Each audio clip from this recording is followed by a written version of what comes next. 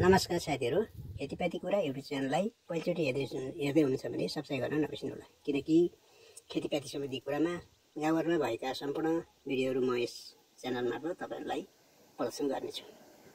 केराको बुङ्गो हाम्रो गाउँभित्र प्रशस्त पाइन्छ, तर त्यति प्रयोग गर्दैन किनकि यो पकाउनको लागि झन्झट मानिन्छ। यसलाई पकाउन राम्रोसँग ख्याल गरिएन भने यो त्यति स्वादिष्ट हुँदैन, त्यसैले यो हेलाको रूपमा यसलाई राखेको छ। हाम्रो शरीरमा यसको सेवनले विभिन्न किसिमका रोगसँग लड्ने शक्ति दिलाउँछ। केरा धेरै किसिमका हुन्छन्, कोही भने खानै नसक्ने खालका हुन्छन्, कोही चाहिँ भने खान सकिन्छ। पकाउन जानेमा राम्रो स्वादिष्ट परिकार बनाएर यसको प्रयोग गर्न सकिन्छ। मैले भिडियो अर्को बनाइसकेको छु। केराको बुङ्गोमा fibre, protein, vitamin C, iron, calcium र पोटासियम जस्ता प्रशस्त रूपमा पाइन्छ। यी तत्त्वले हाम्रो शरीरलाई स्वस्थ राख्न सहयोग गर्दछ।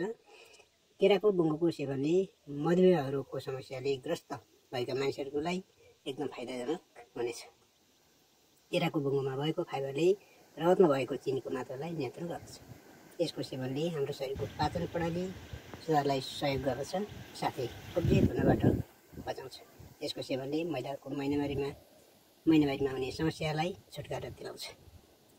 असीमित दुखाइ र अत्याधिक रक्तस्राव हुन्छ भने त्यसलाई नियन्त्रण गर्न सहयोग गर्दछ। यसको सेवन महिलाहरूको लागि अति लाभदायक हुनेछ।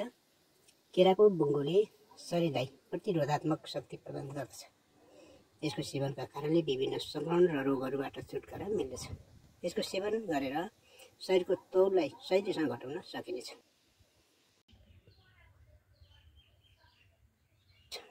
मोटोपन भएका मानिसहरूले यसको प्रयोग गर्दा निकै नै फाइदा हुनेछ। यसमा उच्च फाइबर हुन्छ, जसको सेवनले भोक कम गराउँछ। यसको सेवनले लामो समयसम्म पेट अगाए जस्तो हुन्छ र भोक कम लाग्छ। यसको प्रयोगले रक्त सञ्चारमा फाइदा पुर्याउँछ। यसमा प्रशस्त मात्रामा आइरन पनि पाइन्छ, जसले रक्त सञ्चार गर्न सहयोग गर्दछ। एनिमिया भएका व्यक्तिहरूको लागि यो अति उपयोगी हुन्छ। यसले हर्मोनलाई पनि सन्तुलन गर्दछ। महिला वा पुरुषहरूको हर्मोनको सन्तुलन गर्न सहयोग गर्दछ। यसले छाला, कपालको रक्षा गर्दछ भने यसमा भएको एन्टिअक्सिडेन्टले छालालाई सुरक्षित राख्न सहयोग गर्छ र कपाल झर्नबाट बचाउँछ। केराको बुङ्गो कसरी प्रयोग गर्ने र शरीरलाई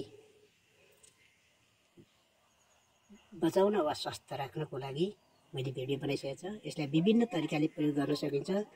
यसलाई तरकारीको रूपमा पनि प्रयोग गर्न सकिन्छ। यसलाई सलादको रूपमा पनि प्रयोग गर्न सकिन्छ। पानीमा उमालेर त्यसको मसलाको प्रयोग गर्न सकिन्छ।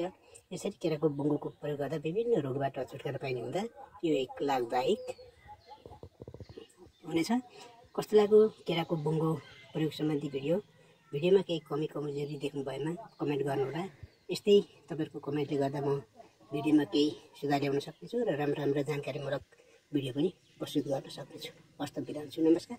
यस्तै भिडियो हेर्नको लागि खेतीपाती कुरा युट्युब च्यानललाई पहिलोचोटि हेर्दै हुन्छ भने सब्स्क्राइब गर्नुहोला, साथै चित्त बुझेर सेयर पनि गरिदिनुहोस्। लाइक र कमेन्ट गर्न भने नबिर्सनु। बिदा हुन्छु। नमस्कार।